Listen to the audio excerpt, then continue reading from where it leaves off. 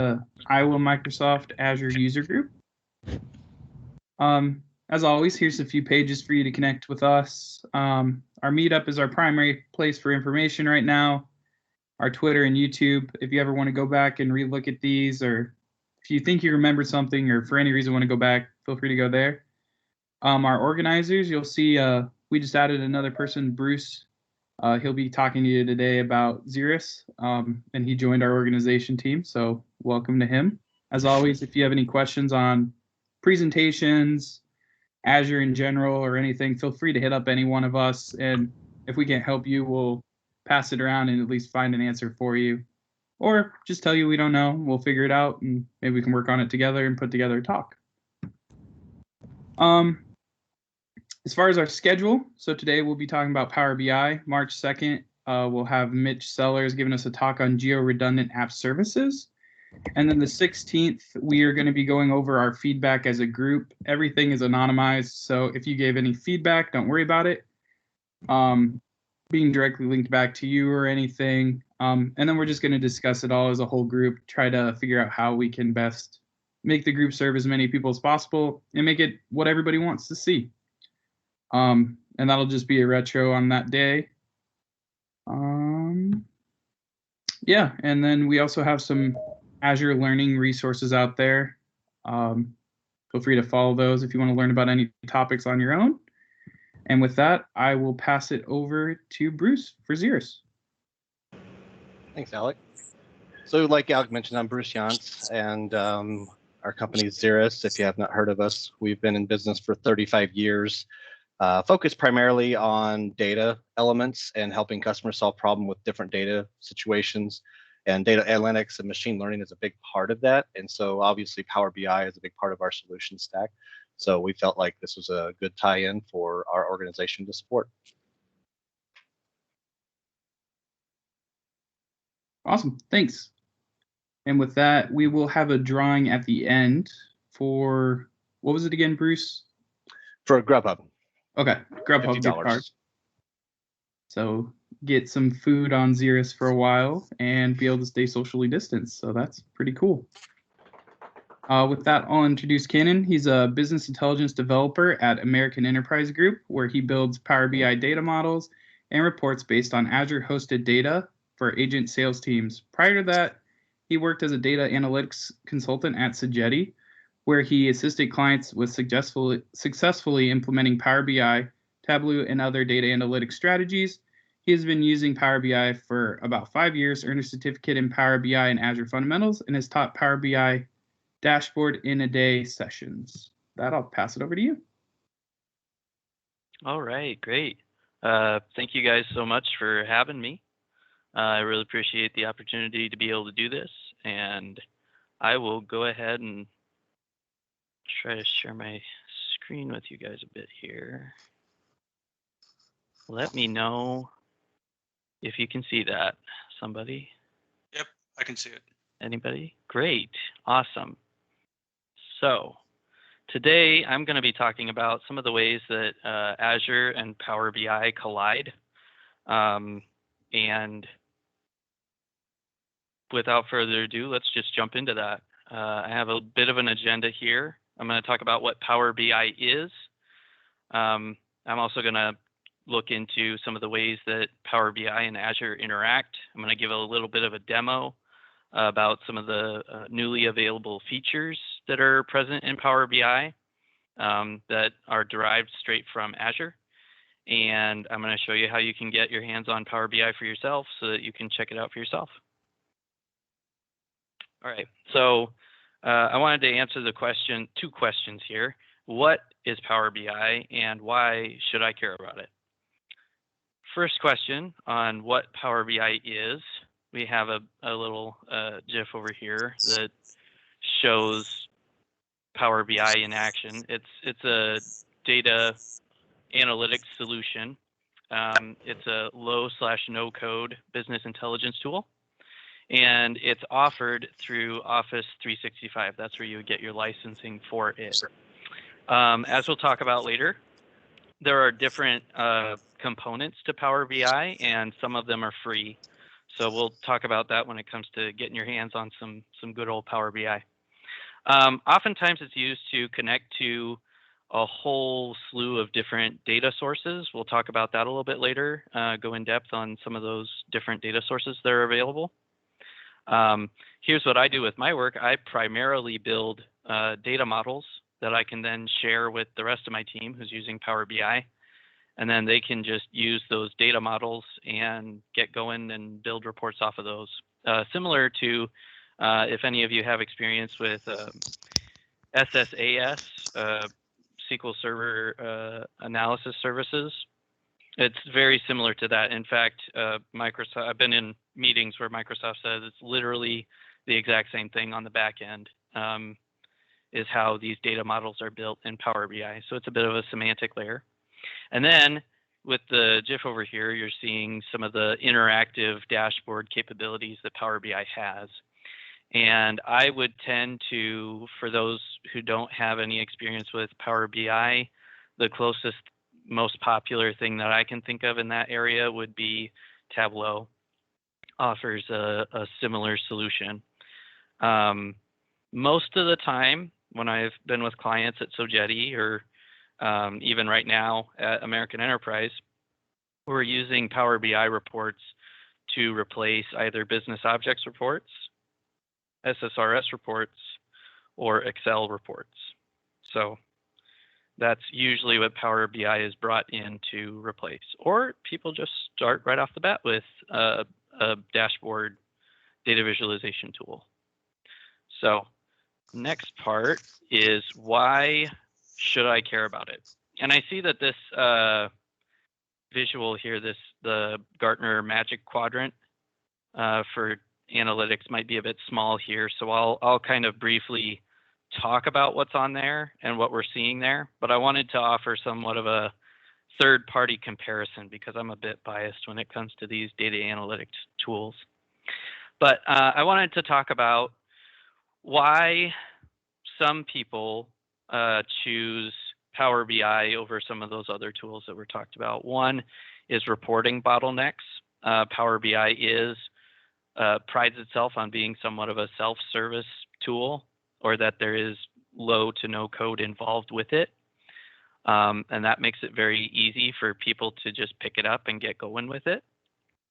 There are still, in a lot of organizations, people like me who specialize in it and are able to push out reports pretty quickly with it.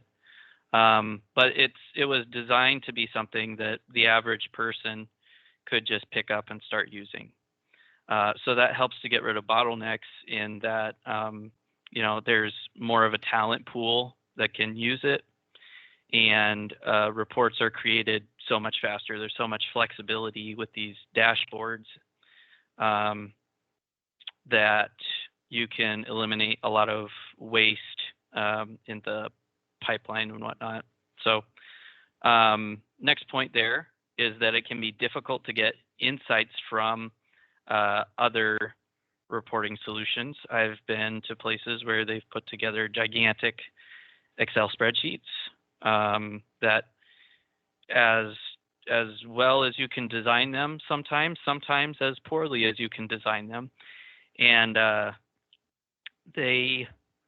sometimes it can be hard, especially somebody who's new to a report. It can be difficult to wade through just the sheer mass of the information that's being presented.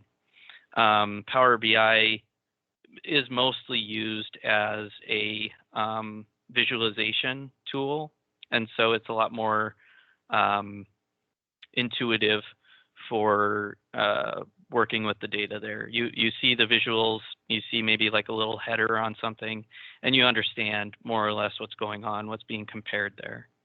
And then lastly, I like Power BI especially because, and we'll look at how it adds up to other solutions here on what Gartner at least thinks of Power BI compared to other solutions as of 2020. So they haven't released their 2021 numbers yet for business analytics solutions. But Microsoft is all the way up here in the upper right-hand corner. that is their leader's position. So Microsoft, a few years back, overtook Tableau as the #1 data analytics tool as far as Gartner was concerned. Next place would probably be Qlik with their solution QlikView, or QlikSense. I don't know what product they're stressing more now, but I personally think that Microsoft is light years ahead of both of those. And that's mostly because of the interrelatedness that Microsoft has looked into bringing to the tool. It hooks in with the rest of the Power Platform, and maybe that's a topic for another day. It hooks into Excel, and Excel can hook into it, and all sorts of cool ways that Power BI, Azure, and a lot of Microsoft's other tools just interrelate that makes it so much stronger, in my opinion, than these other tools. And they have different pricing variations that allow you to a lot of flexibility when it comes to purchasing Power BI. So I pretty much covered all of those other points. So let's move on to the next slide then. All right, so how Power BI interacts with Azure. First off, Power BI is actually hosted.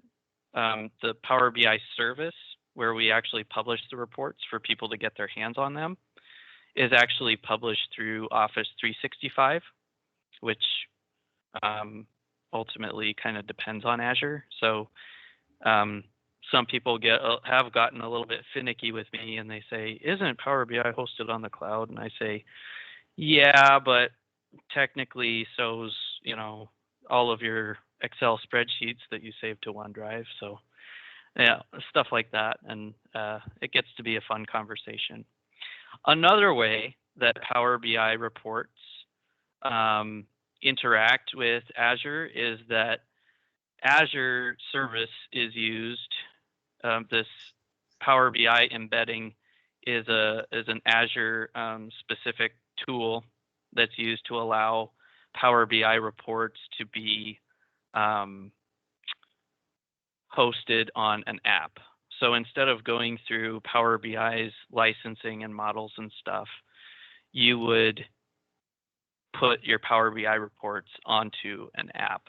And there are different ways of going about that. I'm actually going to show you one way and point you in the direction of another way that you can do it. So I'm going to exit this here. I'm going to pull up my report. I'm going to show you how to embed a Power BI report through an iframe. And that's actually really, really simple to do. I have my workspace here. This is a little preview of things to come later in the presentation here. But this is the Power BI environment. This is the service environment. It's on my browser. And this is what's hosted by Office 365. And I go up to share for this particular report. We're going to talk more about this report later. But I can choose whether or not I want to put it on a SharePoint site, or I want to embed it into a website. I click that, and it gives me this information here. So for an HTML iframe, you just click that, copy it, and you go over to your iframe. I actually have a site here that plays as like a little sandbox for iframes. I can show you how that would work for your iframe. So I put it in, I hit run, and it's loading, and bada bing, bada boom. This is what it would look like. And it's interactive, so I can select things and it all moves. So that is how I would go about embedding it into an iframe. It's pretty simple. Power BI gives you exactly like everything that you need for that. But if you wanted to go through the process of doing it otherwise, like with JavaScript, you'd pull this up. So this is the Microsoft Power BI embedded playground, and they let you play around with it. And this is a setting that you need to set some things up in Azure first to be able to do this. There's some work that needs to be done in Visual Studio. I've done this once before when I was with Sogeti, and we needed to get this running, but they have the embed token that you need to get from the REST API that you need to call on Azure. And then that embed URL that we got from right here, that's where that goes. And then you would take this report ID that's within that URL code, and you would copy that and paste it here as well. So Power BI gives you the information with the click of a button for this part and for this part. And you've got to set up the embed token process and whatnot, and however you want to do that. And they have some good documentation on that on this site as well. So stuff that helps you get going on that. I see the Power BI guy in a cube videos. If you're really interested in Power BI, I would highly recommend that YouTube channel. They have some really great resources, and most of their videos are only 5 to 10 minutes. They're great. But if we were to go forward with this, hit run.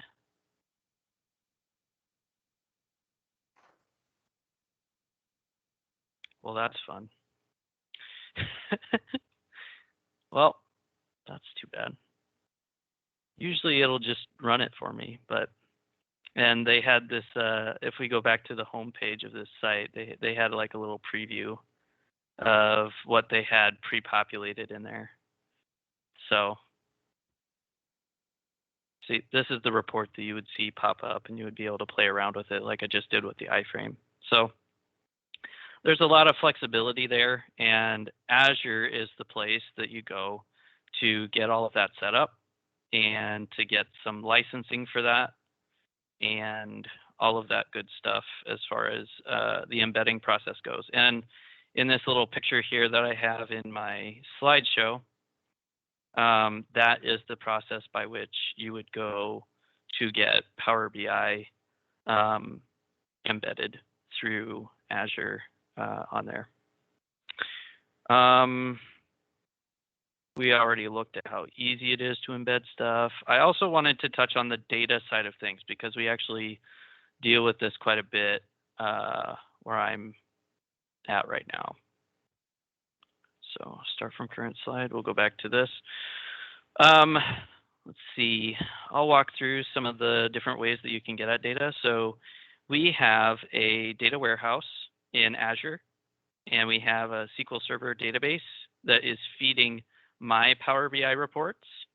But some other things that you can do is you can access machine learning models. You can access some of these big data solutions like HD Insight and feed those into that SQL database and read those through Power BI. I've also messed around a little bit with stream analytics. I really haven't had very many good business cases, but it's a fun thing to try out if you have time. And something that's really cool that's been brought in recently is some of the out-of-the-box machine learning solutions or artificial intelligence capabilities that are available in Azure have recently been made available in Power BI directly, which I think is really cool. I don't have to go through APIs or anything like that. It's just right out of the box available in Power BI.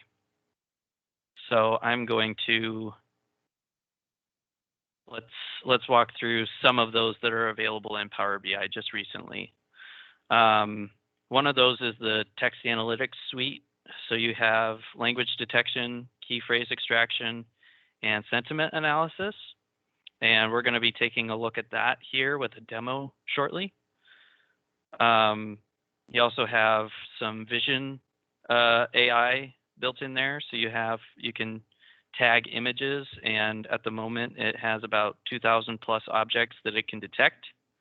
Or another way that Power BI and Azure collide is you can take your Azure machine learning model that you've built and apply it within Power BI. And I'm going to show you how you would go about doing that. But here's the demo. I am a bit of a Star Wars nerd, and so I was really excited when they started making Star Wars movies again. And I was not quite as excited for The Last Jedi when I watched it, as I would tend to align with this audience score over here more than this critic score over here. And if you love the movie, I have nothing but respect for you, but I just had a hard time understanding this great chasm here between this audience score and the critic score, because I was all the way over here with the audience and I just didn't understand what critics were thinking. So I decided to put Power BI's text analytics to the test and try to understand exactly what it was that critics were saying about The Last Jedi and why they thought it was so great and stuff like that. So I'm gonna back out of this again. Nope, wrong window. And actually, that's the right one. I didn't have it pulled up in desktop. Okay. While that is loading,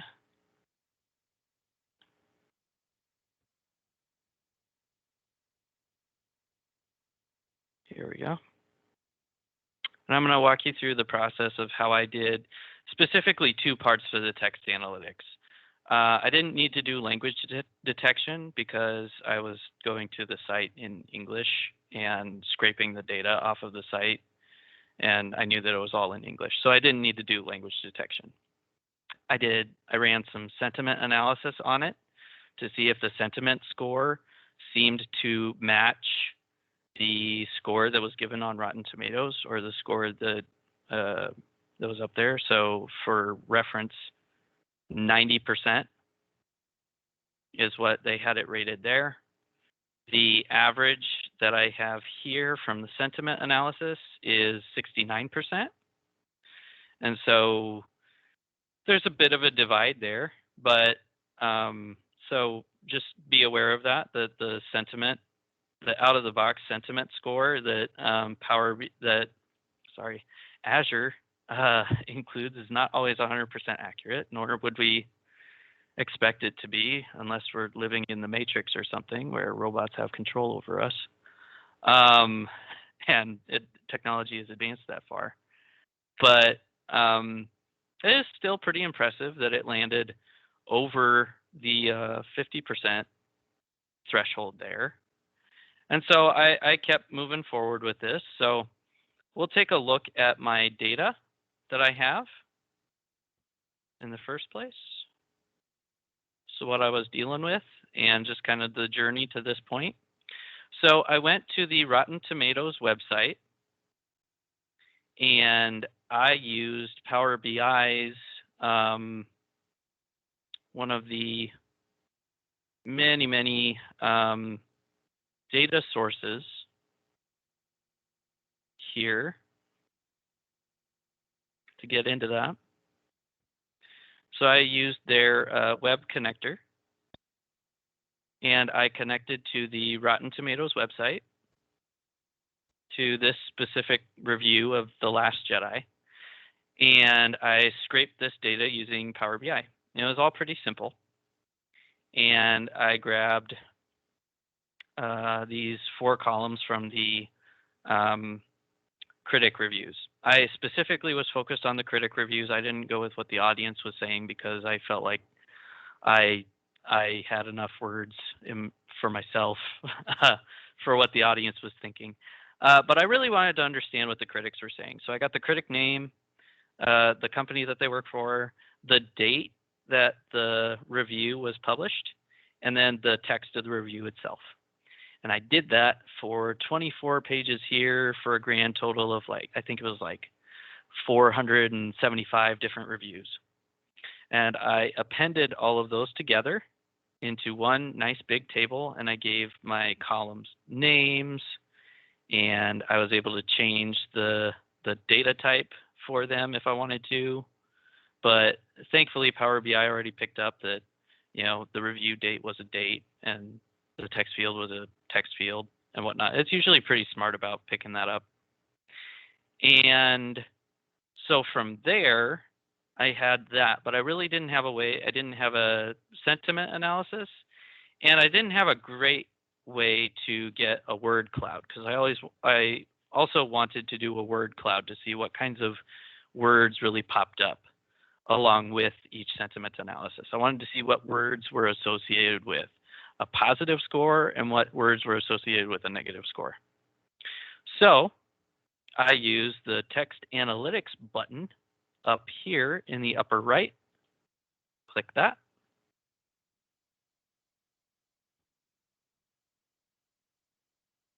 And it's loading.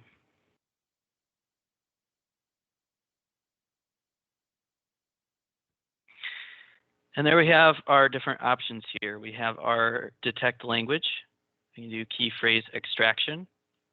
And I choose which field I want to do that on. And so I did the review text, the full review text, because that made the most sense. And then I also did, after that, after I had gotten the key phrase extraction done, I did the sentiment based on the extracted keywords and phrases that were included in that. And all you have to do is click OK. I've already done this, so it's a bit like when you're watching the Food Network and everything's already prepared. So I've already done this, and it gave me these columns right here, so that when I did the key phrase extraction, it gave me fields like this: script, strong work, Hamill, Ridley, driver, mythical moments, deft direction, Johnson Boyega. And most of those are just names of the actors in the movie. And then I went back and I did the sentiment score based on this key phrase. So it picks up on the different words that are in here and tries to identify whether or not they're positive or negative. And it just gave a score for every single review that I loaded in here. So 475 reviews is what we went through. And so we got that data, and I built these data visualizations for this. From this, I was really trying to understand just a few things. I wanted to see if critic reviews went up or down over time. I thought that that would be kind of interesting to see if, maybe critics started to side with audiences over time, or maybe they didn't, or what. But it seems pretty even. I mean, you've got some high points, you've got some low points all over this spectrum here, from when it was released, December 2017, to even January 2021. It's been all over the board. So that really wasn't super helpful. But something else that I found interesting, and this kind of shows the interactivity of Power BI, is I have the sentiment score filter up here, and I have this text cloud that I used the key phrase extraction on. And I could see what kinds of words were identified with lower scores. So let's say the bottom 10% there. Pacing is a big one. That one came up twice maybe. And I want to see what people thought about this. So I have down here, I have the full text along with the sentiment score. And this says, its scattered pacing and tangled subplot doesn't make The Last Jedi a failure, but neither is it a celebration.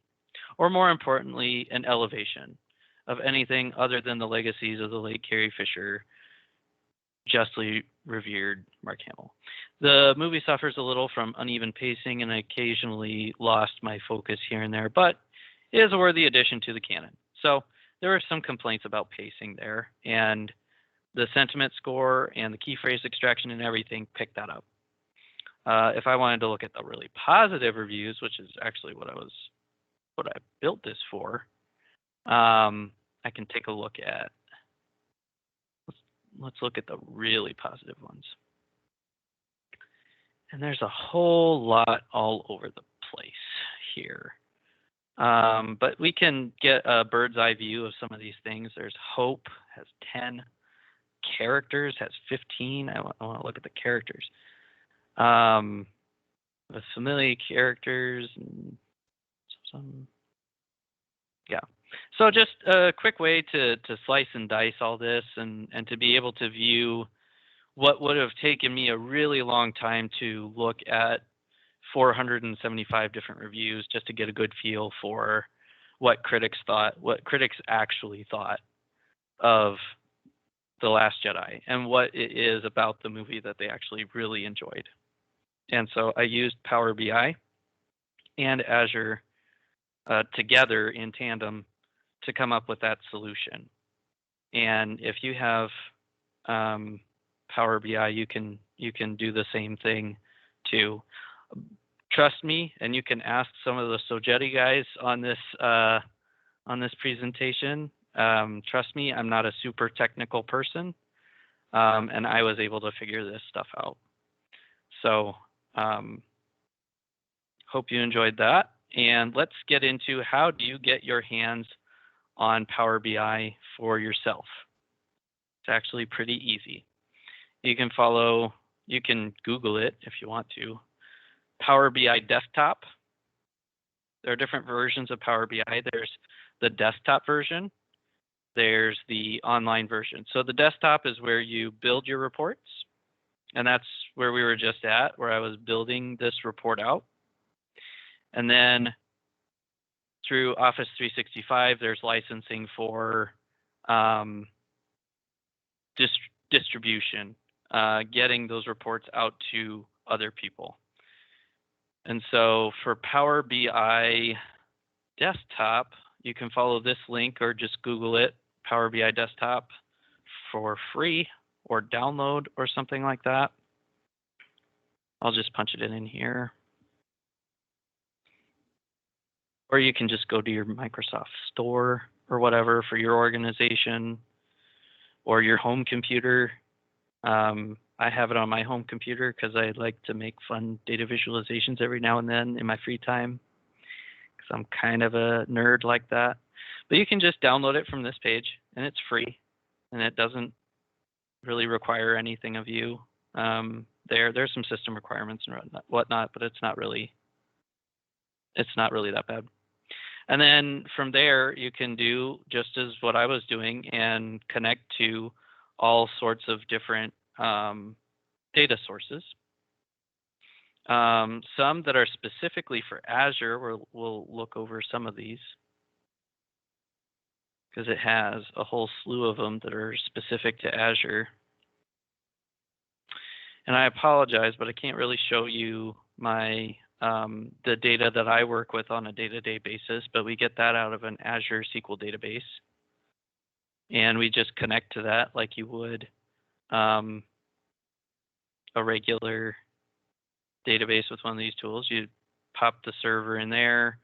You can put the database in there, and you can either import the data into your model and have it local, or you can do direct query, which is a live connection to the data. Or if you have a SQL statement, you can just pop your SQL statement in there and it'll return back the query that you put in there.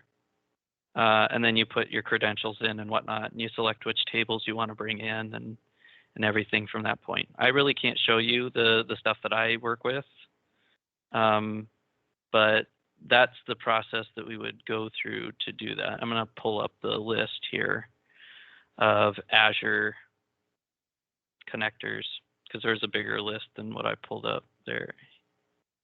There we go. So you've got Azure SQL Database, Synapse Analytics. Good to see that there. I've connected to Blob Storage before with this, and just all sorts of stuff that you can do, that you can connect to with Power BI, as well as all sorts of things over here. There's about, let me pull up my reference here.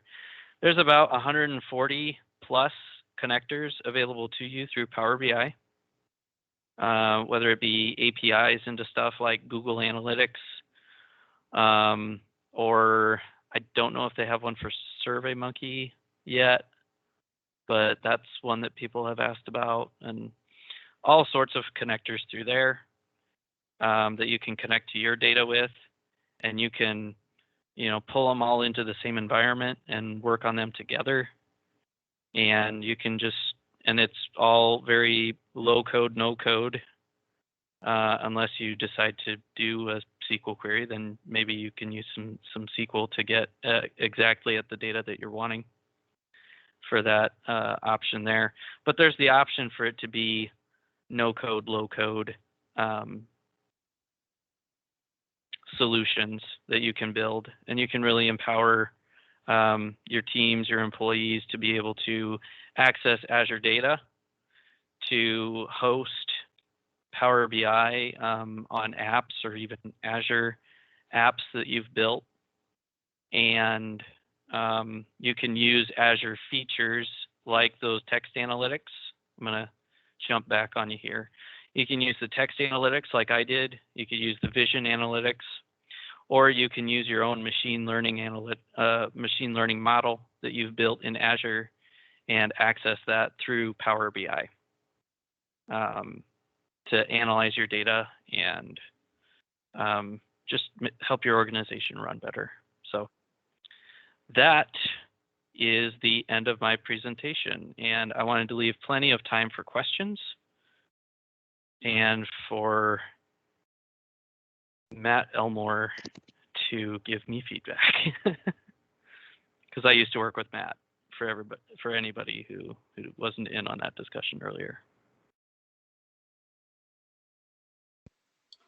If we like, we can go ahead and turn off the video recording and people can ask questions. Okay.